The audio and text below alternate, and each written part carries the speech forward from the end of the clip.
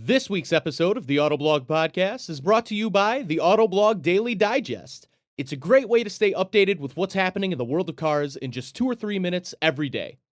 Ask your smart speaker for the Autoblog Daily Digest to stay up to speed with the latest car news, or subscribe wherever you get your podcasts.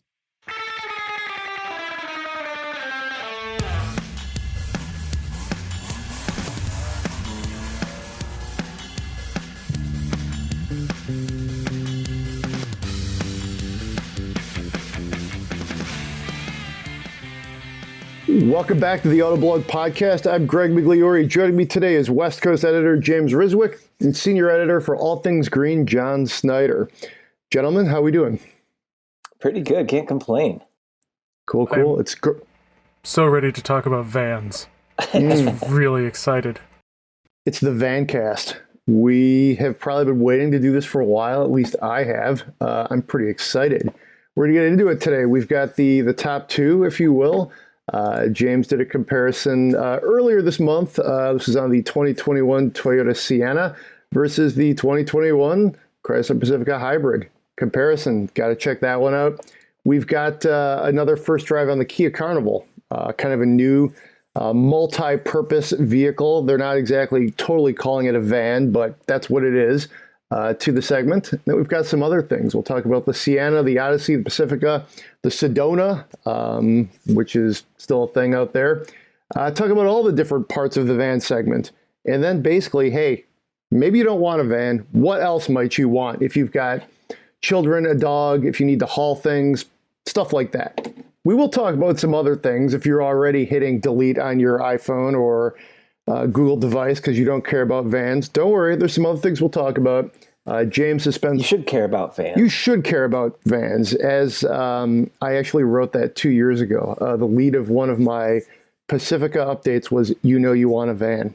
So, just saying, that's where the position I've staked out. You do, John says. All right. I spent some time with the Mitsubishi Outlander, and John drove the Hyundai Palisade. So we will... We'll cover other things, and then just throw some things that stayed with us from the Shanghai Auto Show. That's this week. We didn't send anybody this year because we're not really flying. We're not really flying people all over the world. But I went one time. I had a great time. It's a really interesting show. But yeah, so let's talk vans. Yeah, James, you did a very, I'd say, serious breaking down where they sit in the market, the top two. Why don't you kind of take us through that real quick, just to kind of lead things off? Well, I mean, the thing with minivans is that usually when people go about car shopping, they're faced with like at least 10 choices, probably more. If you're looking at SUVs, it's probably kind of overwhelming. Like, where do I start? What should I actually spend time looking at, and what's kind of a waste of time? The thing with minivans is there's only 4 of them. So you can kind of realistically check them all out, not only because of the number, but because they're actually legitimately all good. And I'm even counting the Kia Sedona, which has been replaced by the Carnival. But I feel that the Sedona, just because no one really bought it, kind of got ignored, but it was still good. It was a good van. I spent a lot of time in that. And even that was perfectly competitive. So that's the really the overarching important thing, is that you should check them all out. The key differences to me come down to the powertrain as well as the second row seating arrangement. Because let's talk about the second row seats. Each of them do something a little different. The Honda Odysseys has these magic slide seats that there's 3 seats. The outer ones are pretty much captain's chairs, and then there's a plug-in thing in the middle that you can pull out, and it lets you put 3 child seats across the middle, or a child seat in the middle, and then regular people, non-children, in the outboard seats, which if you have a child seat, that's a big deal. You can also put child seats in those outboard seats, remove that middle one, and move those outboard seats inward, which is a great safety feature. Or you can move them apart, which is probably a very good parenting feature to keep your children from smacking each other. So I think and you can also install seats and then move these seats around with the child seats still affixed to them. So that's another great thing. So that's a unique thing. Nothing really offers that. John, the Carnival has some lateral movement with the second row. Is that right? A little bit, yeah. When it's equipped with the captain's chairs. So not quite as much as the Odyssey though. Right. The other thing is long sliding. Even Toyota calls super long sliding seats for their 7-passenger one. This is the Carnival is similar in this way as well. Not all of them, but some of them have lazy boy recliners, basically, like a footrest that comes up. And in the case of the Sienna, you can move that second row seat all the way back to the third row, like it is touching the third row. I am 6'3", and I can just completely lay out. Nope, it is luxurious beyond belief. If you have older kids, that's a wonderful feature. The other thing I found is that even with that rear-facing child seat, moving that seat further back than you can in the Odyssey or the Sienna, allows you just easier access. You can move that child seat back and still use that door to get into the car, which is great at a curb or just to get into the third row. So that really is valuable, and it's different. So the Carnival, Sienna are kind of similar, and then you have the Pacifica. The V6 Pacificas, so not hybrids, they have Chrysler's stow and go seats, which means that the seats fold into the floor just like the third row does, and allows you to use the van for unlimited storage. Very quickly maximize its cargo carrying capabilities. The other vans, no one has come up with this. No one else offers this. I'd argue that perhaps the other vans have seen through market research that customers don't actually use it all that often, because otherwise they would have done it themselves, much as all the vans had third row fold flat ability after the Honda Odyssey came out with it. That's my argument. That's an aside. But either way, it does offer that functionality.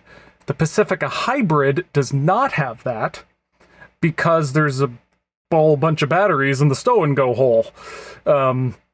As a result, it has more comfortable seats than the regular Pacifica. They're basically those of the front seat, but they don't really do anything beyond that. They just slide forward and back a bit. So they're not that functional. So those are your second row things. All of those things, except for maybe the Pacifica Hybrid, have unique value. And it's one of those things to check out when you're shopping to see oh yeah, that makes sense for us because X, Y, and Z. And now to powertrains, V6 engines. Vans pretty much all had V6 engines, except for, the odd base level Sienna and a supercharged Toyota Previa back in the Stone Ages. But the Chrysler Pacifica is a plug-in hybrid. It's the only plug-in hybrid minivan. You can actually get quite a lot of electric range out of that. And if you're just driving the kids to school in the morning, going to Kroger, coming home, picking them up later on, chances are you're going to stay within that electric range, and you won't be filling up the tank very often. Now, when that electric range is gone, say on a road trip, the Pacifica Hybrid stops being that efficient. You really see the fuel economy coming down because you're running a V6 engine and a whole ton of batteries now have been added to the curb weight.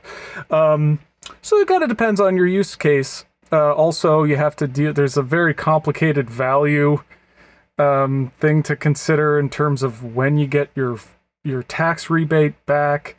Are you looking at the upper trim level? Because That's kind of it's odd that the upper trim is better deal than the lower trim ones. Again, very complicated. I explained it in the comparison test. So it's very good in some respects, but it's not necessarily the great value that it seems to be. Again, complicated. I don't need to go into it. And then there's the Toyota Sienna. It is 100% a hybrid now. No V6. It's the hybrid's on an option. It's a hybrid, so it is not as powerful as the other vans. However, it is way more fuel efficient. I got 29 miles per gallon, 29 point something during the comparison test, which was quite a bit lower than the EPA number. Nevertheless, even if you just assume that kind of crappy number I got is what you'd get, it's 7 mpg combined better than all those V6 vans. You're going to be saving hundreds of dollars per year by getting the Sienna. It's sufficient power. I mean, around town, it feels fine. And it's a minivan. Like, hello. There are the irate father drivers out there, who are hauling ass all the time. But really, you're driving slowly in a minivan, and for most people, a hybrid is totally appropriate, and you're going to be enjoying a giant fuel savings from it. I think it makes a lot of sense. And really, I think that really is the main reason, most other things being equal amongst these, that makes the Sienna and the Chrysler Pacifica hybrid our two most recommended vans in the segment. And then in the comparison test, they were so very close. As our, I after driving them myself, I thought, this seems really close. I could go with either of them. I think I'd choose the Sienna because I like its interior functionality and design better. I like driving it a lot more. It's shocking to say, but the Toyota Sienna is kind of the best handling, best steering minivan in the segment. But I knew it was going to be close. Crunched the numbers, did all the spreadsheet, and the Sienna won, but by 1 point out of 200 some odd points. So one other that's the minivan. One other differentiating feature to consider for customers is drivetrain, like all-wheel drive or front-wheel drive. I know it's not as important as, the fuel economy and, powertrain and basically seating setup. But I get asked all the time by people, other parents, which minivans have all-wheel drive? And basically you're looking at Sienna and V6 Pacifica. The rest are front drive. But I mean, I also tell them, if you live in Michigan, we don't have, a lot of hills. You're fine. Get some winter tires, and you're good. But some people, they really want that all-wheel drive. It's just a necessity for them as customers, and there's only 2 options for that. Yeah, that's a good point, because I think, when you are sort of shopping for that like parent mobile, a lot of people are like, hey, give me all-wheel drive. And, it is that sort of like, peace of mind element. So, that's a big part of it, Yeah, and you're absolutely right, John. Like, do you need all-wheel drive? Like, no, but yeah, you do get it. It is available on the Sienna, so that is a nice and it doesn't feature. really, and you only lose 1 mpg. Yeah. It's basically the same. It's negligible. It's interesting. And that's largely because of the way the Sienna's all-wheel drive system is. It's not really it's literally an all-wheel drive system, but it's not a traditional all-wheel drive system. They just added a motor on the rear axle.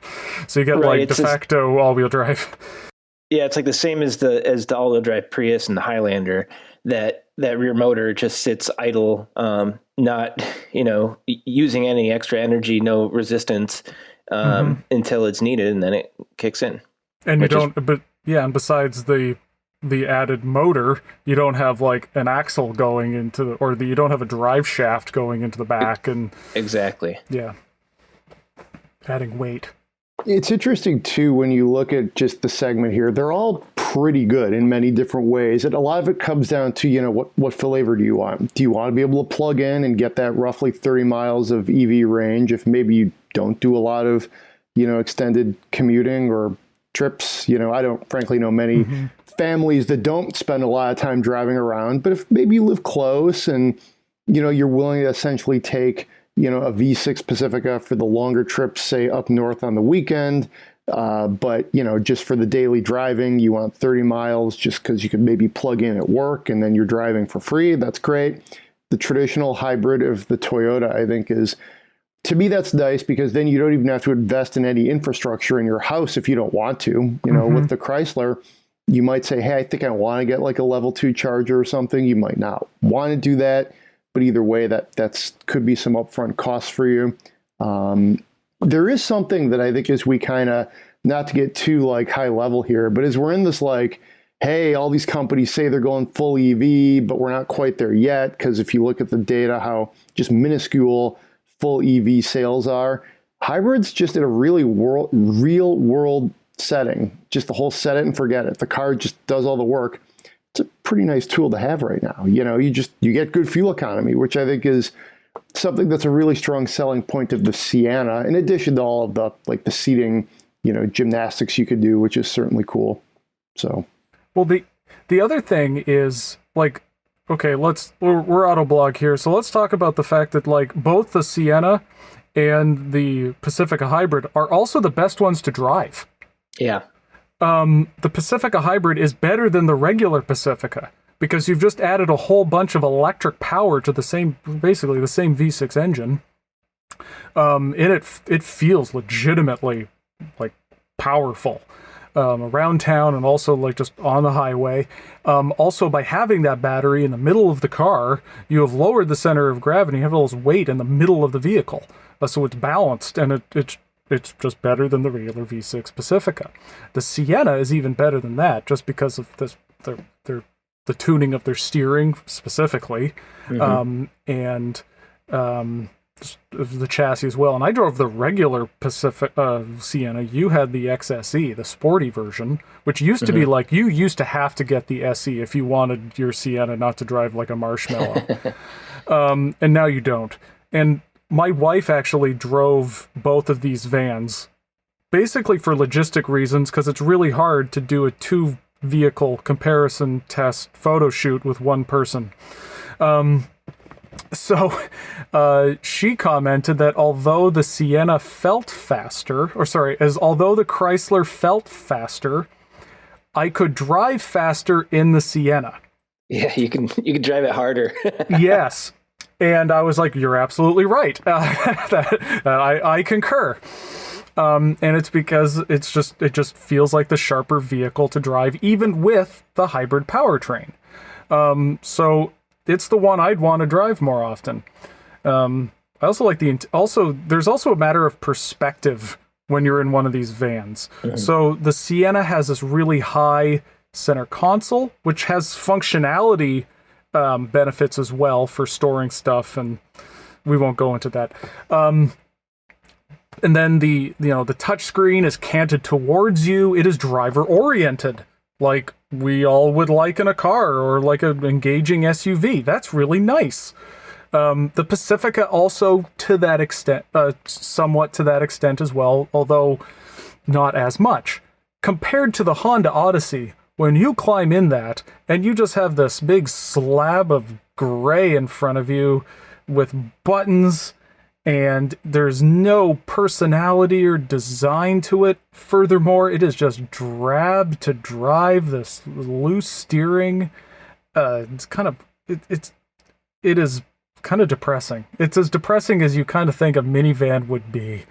And although it is a supremely capable parenting gadget, the ultimate parenting gadget, it feels like this is like as exciting as your stroller. And it doesn't really provide anything for you as, the driver. It kind of pushes you aside and you're chauffeuring the kids around. Whereas the Sienna actually acknowledges your existence, as does the Pacifica Hybrid. And perhaps the Carnival, John, I have not driven the Carnival, which is a ridiculous name, by the way. No, the Carnival, I think you're going to like it. It drives pretty well, not quite as sharp as the Sienna, but still, fairly easy to haul around.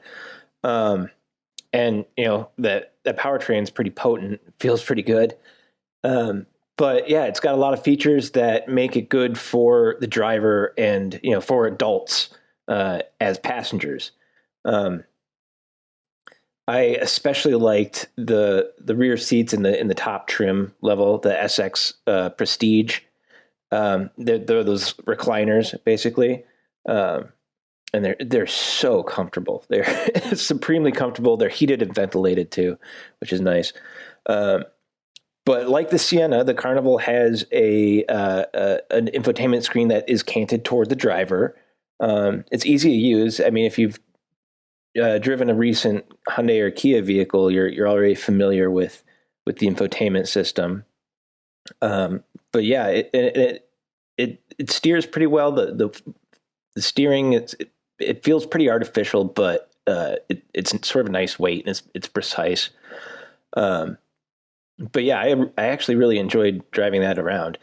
I think it looks perhaps the best of all of them too. It's definitely, I don't know. It looks like a sort of a lowered SUV.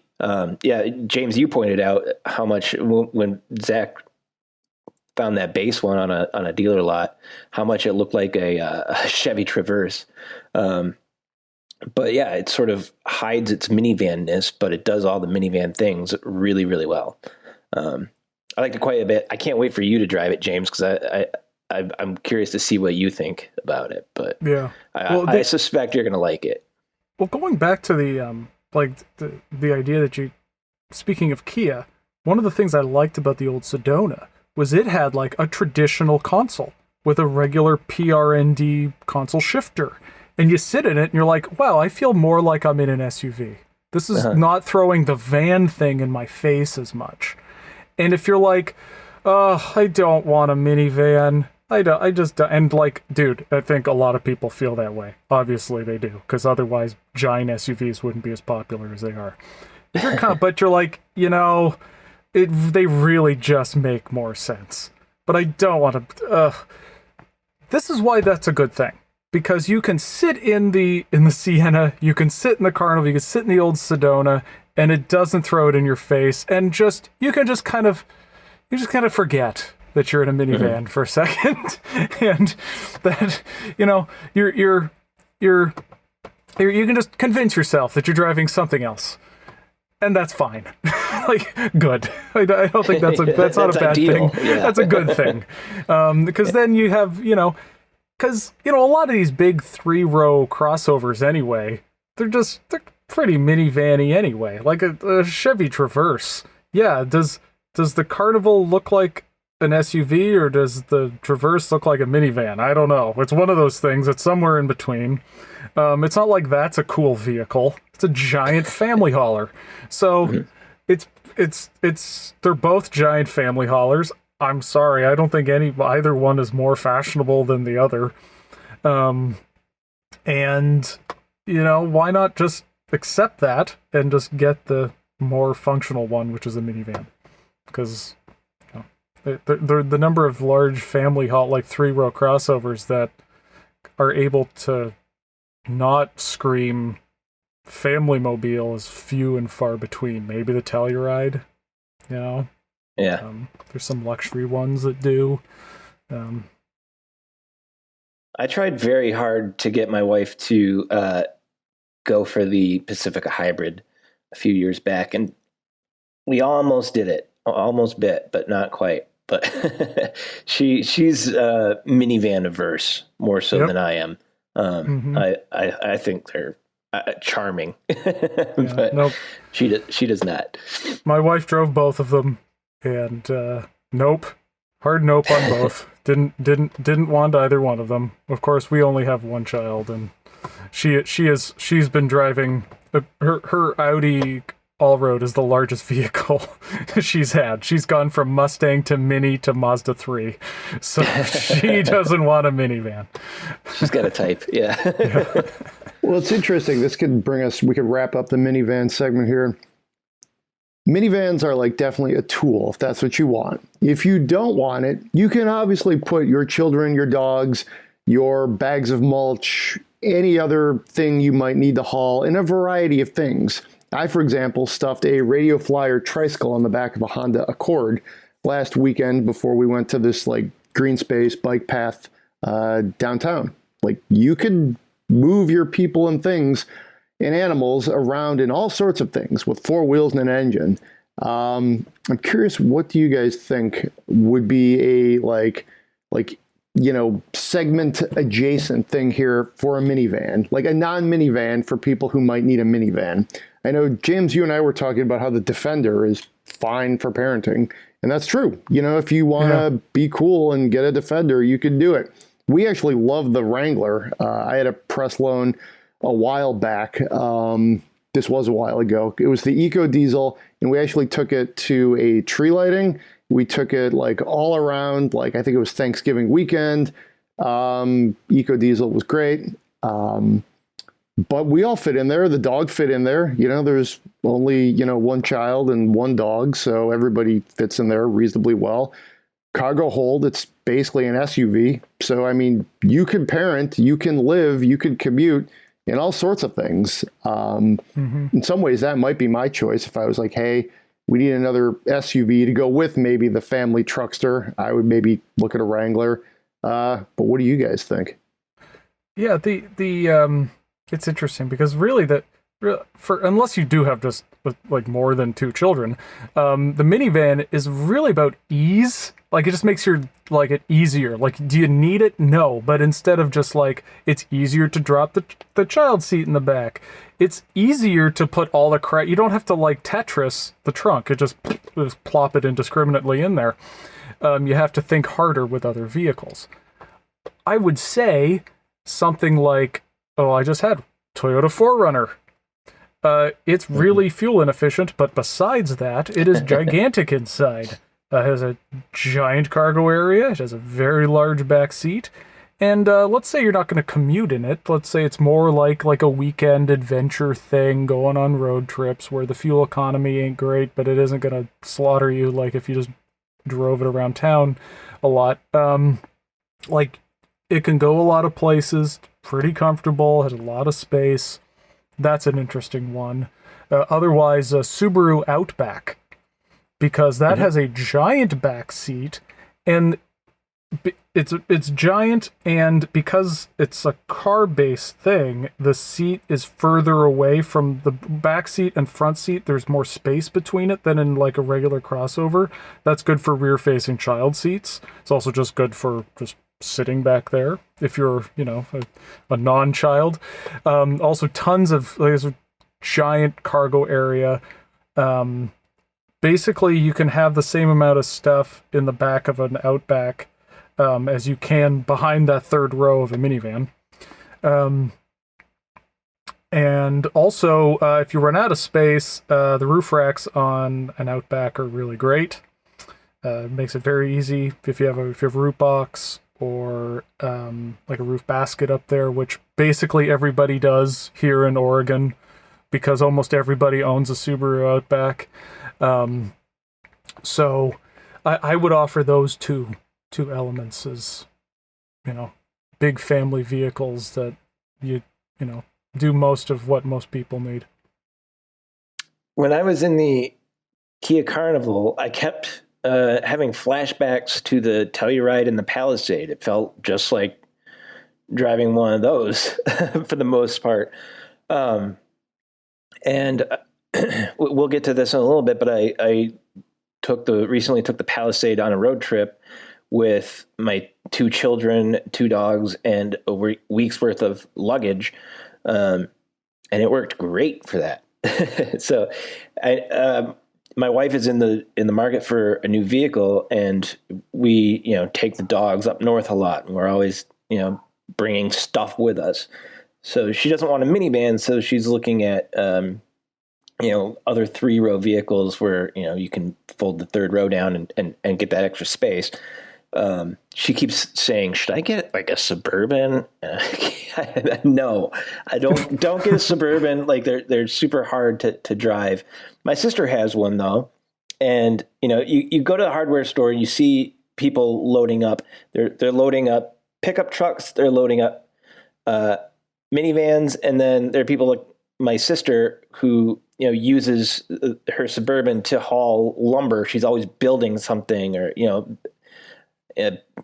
T-posts for her, chicken pen or whatever. She's always filling it up with stuff.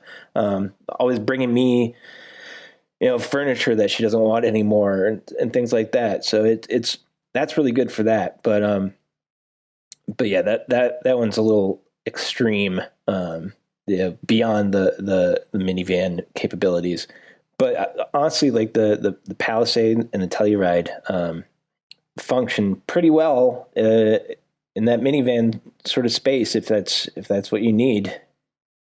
The Suburban's huge, would be my take. I drove one last fall and then again actually about a month ago. They redesigned the chassis is new, the interior is a lot better. It's a lot better than I think the Troop Transporter of old, if you will. But yeah, it's still a lot of vehicle.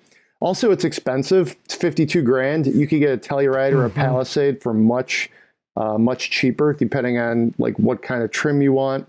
So, there's a lot of like alternatives and just the mental hurdles we all go through when it's like, well, do I want to make the trade-off of it'll be fun to drive the thing and it'll look cool, but I'm never going to go off-roading probably other than maybe the dirt path that leads to, the family cottage or, maybe the soft roads near the beach, that sort of thing.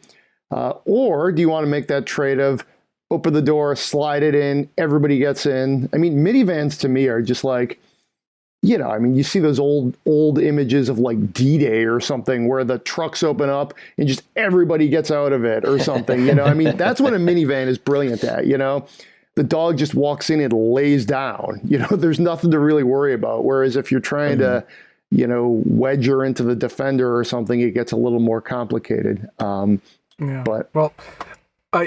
So because we haven't gone anywhere in a year, I don't know if you've heard this, we haven't gone anywhere in a year, humanity.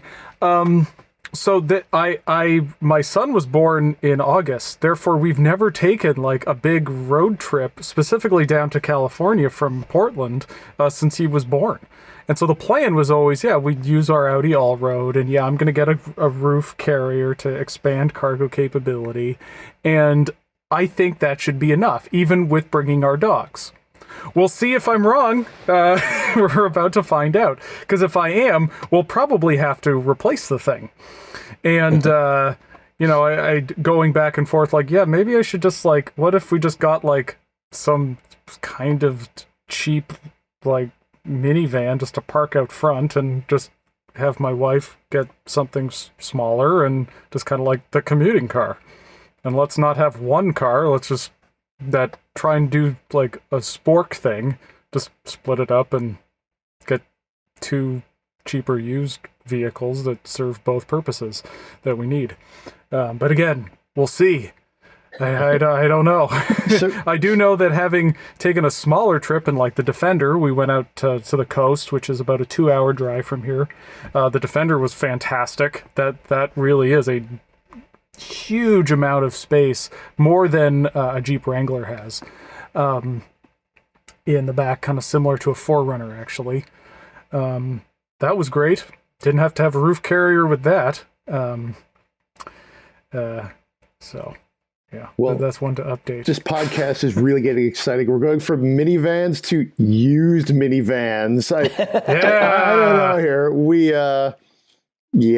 So, all right. I think we need to do a hard fade into some of the other things we've been driving. You already talked about the Palisade there, John.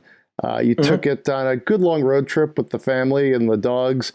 I'm really intrigued to get into our new long-termer. We haven't talked about this new long-termer too much on the podcast, so just kind of tee it up. What do we have here? Well, we've got the Palisade all-wheel drive, the calligraphy trim level. So, with the special wheels and a couple different, design things on the exterior, but, fully loaded. And man, it is a great road trip vehicle. I can tell you that. We drove, it was 1,900 miles. It's about 1,600 miles down there. I'm sorry, about 800 miles down there, and then driving around down there, and then about 800 miles back. And it was fantastic for it. The highway driving assist, the adaptive cruise control with lane tracing works really, really well. It was really nice on, parts of the Pennsylvania Turnpike where the barricades kind of close in on you, and, you're curving through the mountains. It really helps take some of the stress out of that. Very rarely did I have to feed in extra steering beyond what the car was doing on its own. That blind spot monitoring system where you can check your blind spot through a camera feed that's displayed on the dash is great.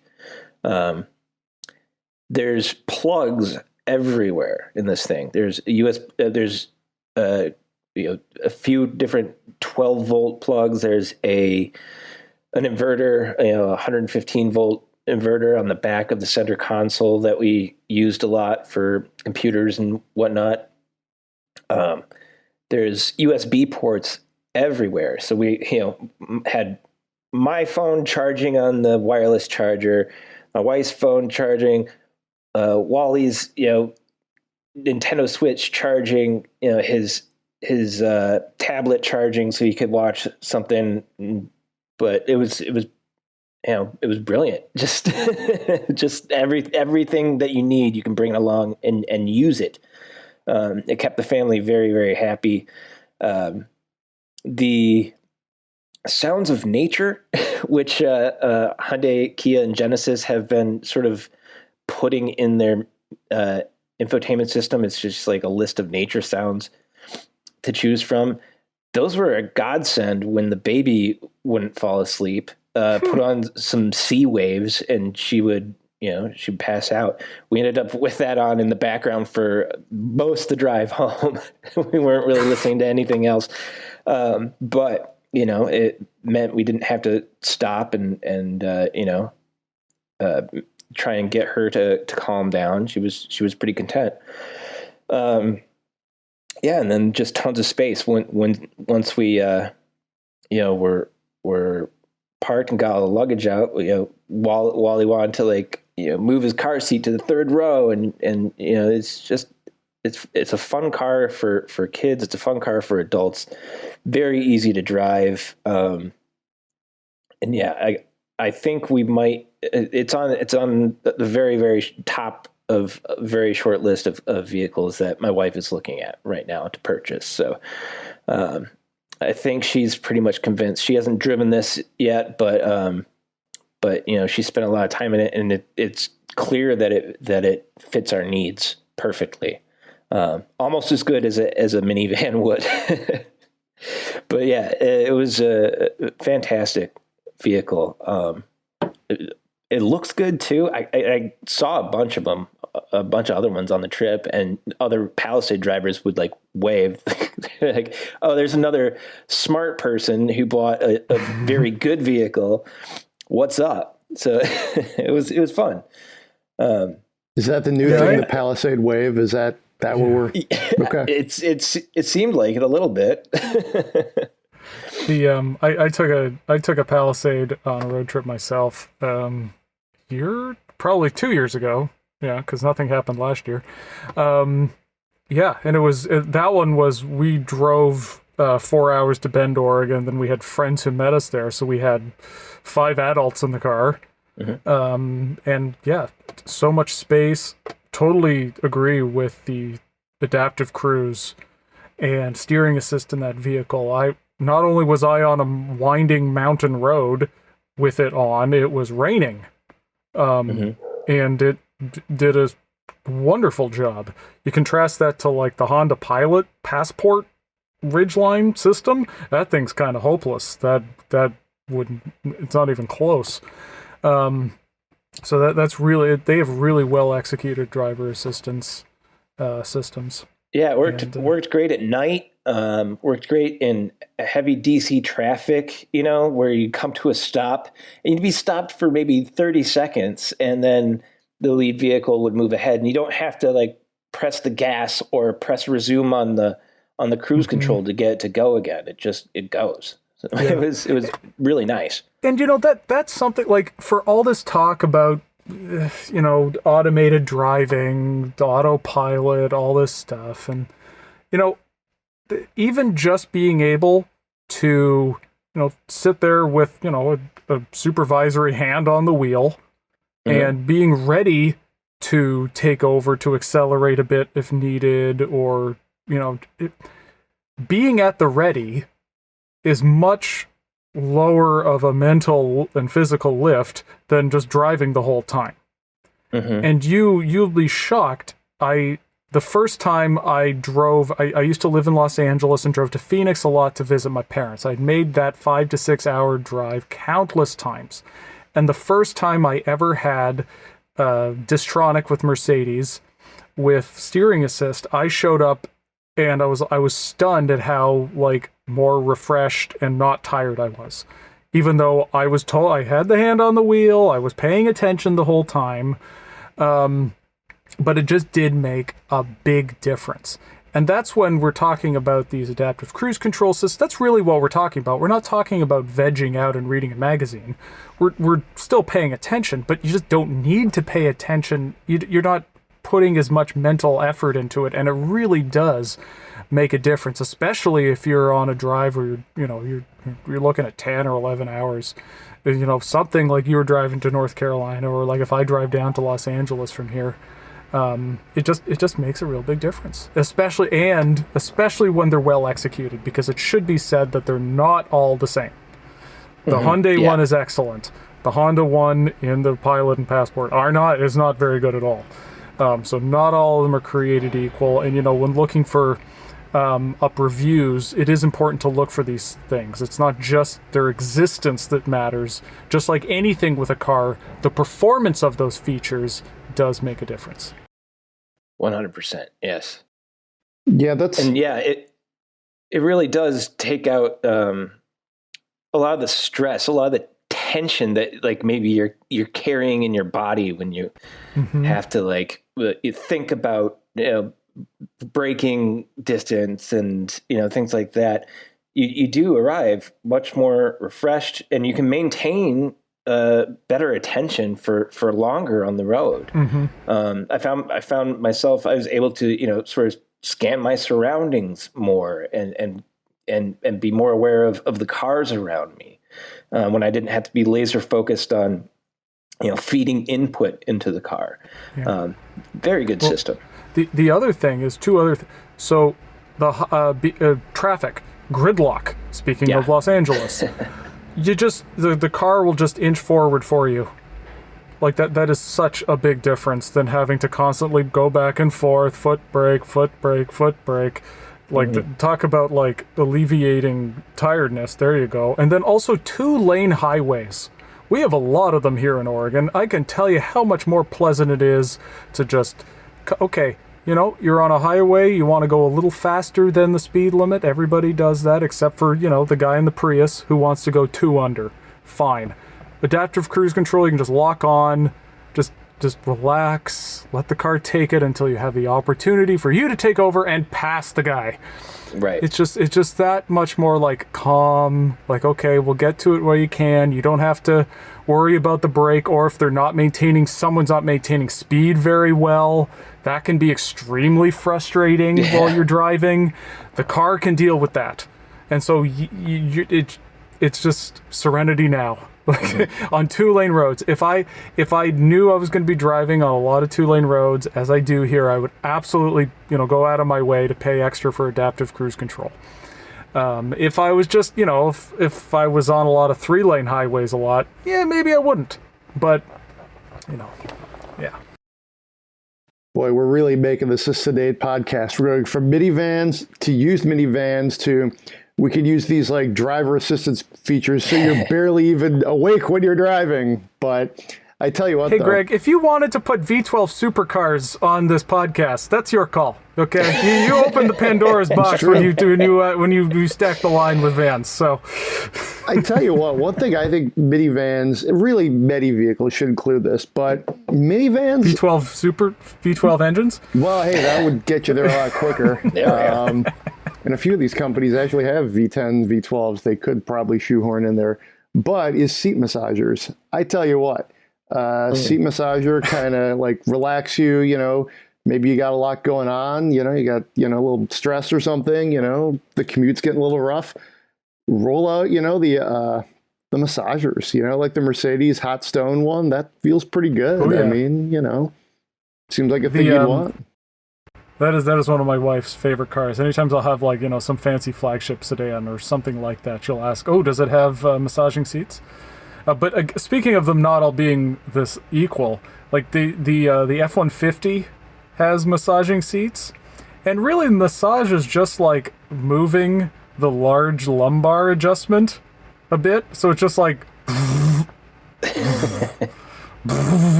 like it just goes up and down your back. You're like, okay.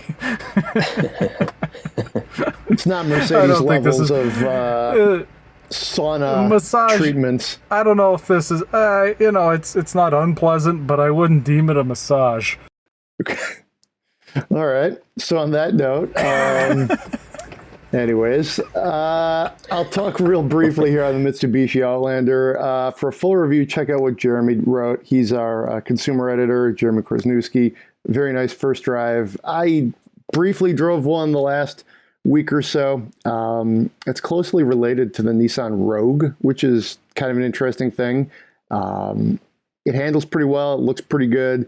I would say this, the one major complaint I have is I thought the steering was very numb. I had to do a lot of correcting as I was just kind of wandering down the road with it. So there was that. On the other hand, if you're looking for a crossover in the size and the segment, you want one that really looks pretty striking. I think the Outlander looks pretty good. I mean, there is a lot going on there. It's a very complex, maybe even a little busy design, but I liked it. I think Mitsubishi definitely takes risks with some of their designs, and I think they pull it off with the Outlander. Otherwise it's pretty much just an okay crossover. It didn't really warm my heart, but it didn't, chill my bones either. Just it's one of the many that are out there that you can look at. I don't think it would be my pick in the segment, but it's could be the right car for somebody. Interior was pretty nice, I'll say that. Mine came in at about 35 grand. So, right in there. It had a fair amount of things, like LED lights and leather wrapped interior pieces, things like that.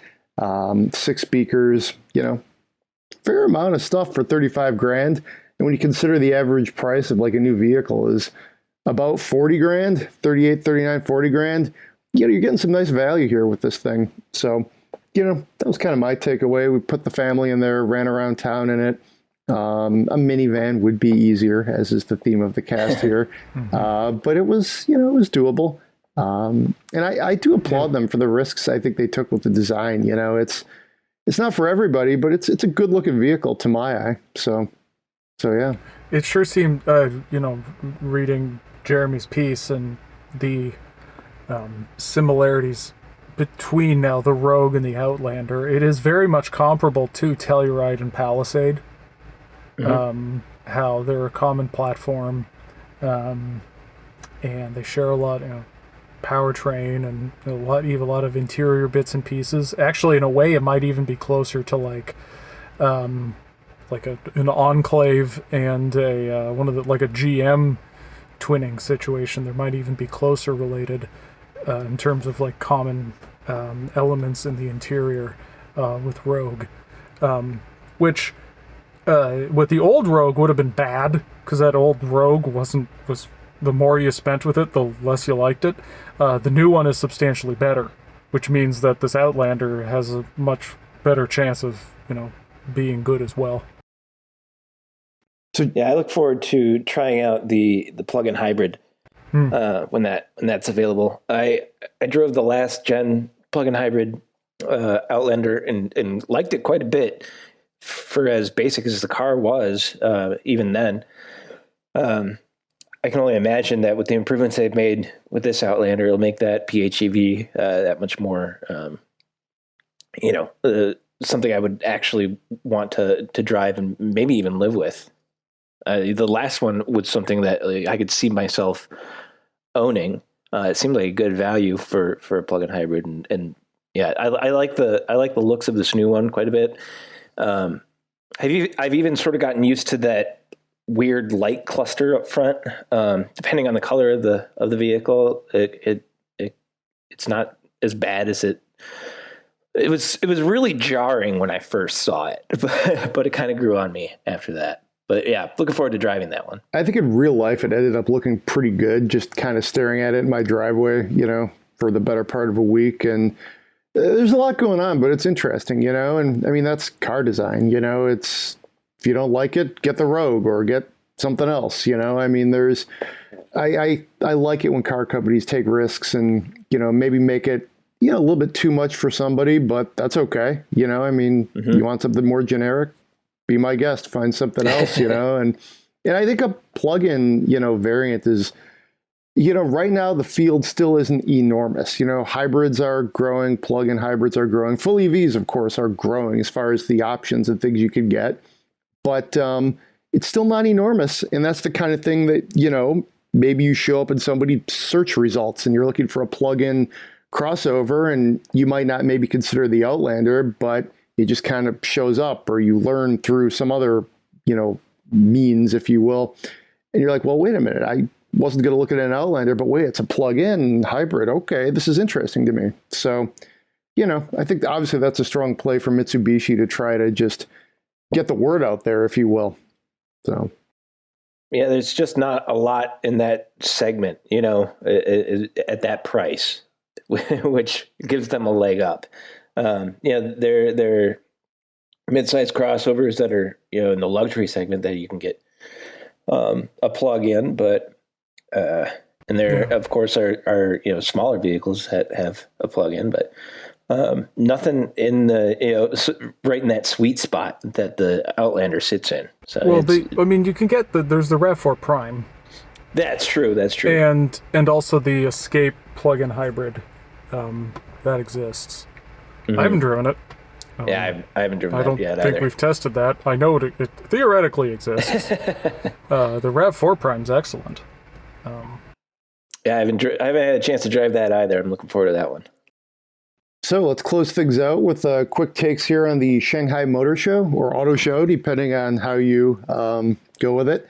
Rather than go an exhaustive list, if you will, let's all pick something that kind of struck us this week from the reveals. For me, I really like the Lincoln Zephyr. Kind of came out of nowhere. I think it looks a little bit like a kind of a shrunken Audi, maybe an A7, depending how you want to look at it. I actually thought maybe there was a little bit of Chrysler 200 in there, and people forget, a lot of people really actually thought the 200 was a pretty good looking car.